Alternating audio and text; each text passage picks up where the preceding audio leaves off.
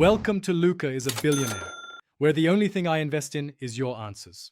In this video, I will explain how to make protein powder with soya chunks. First, gather your soya chunks. You'll need about 200 grams for a good batch. Place them in a bowl and cover them completely with warm water. Let them soak for at least 15 to 20 minutes, or until they are soft and have expanded significantly. This step is crucial for achieving a smooth powder later on. Make sure they are thoroughly rehydrated. Once your soya chunks are fully soaked, it's time to drain them. Place them in a colander and press out as much water as possible. You can even use a clean kitchen towel to gently squeeze out any remaining moisture. The goal here is to get them as dry as possible.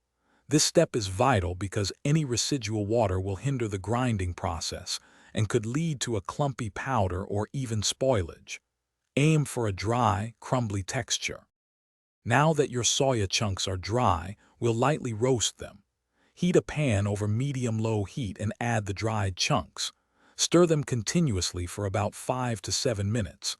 You're not looking to cook them, but rather to remove any last traces of moisture and give them a slightly toasted flavor.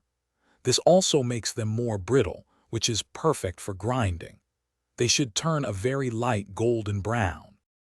Finally, it's time to turn those roasted chunks into powder. Transfer the cooled soya chunks to a high-speed blender or a coffee grinder. Process them until you achieve a very fine, consistent powder.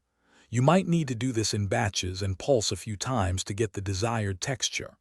Once ground, let the powder cool completely before transferring it to an airtight container. Store it in a cool, dry place for optimal freshness. Thanks for watching and please subscribe. It's the best investment you'll ever make.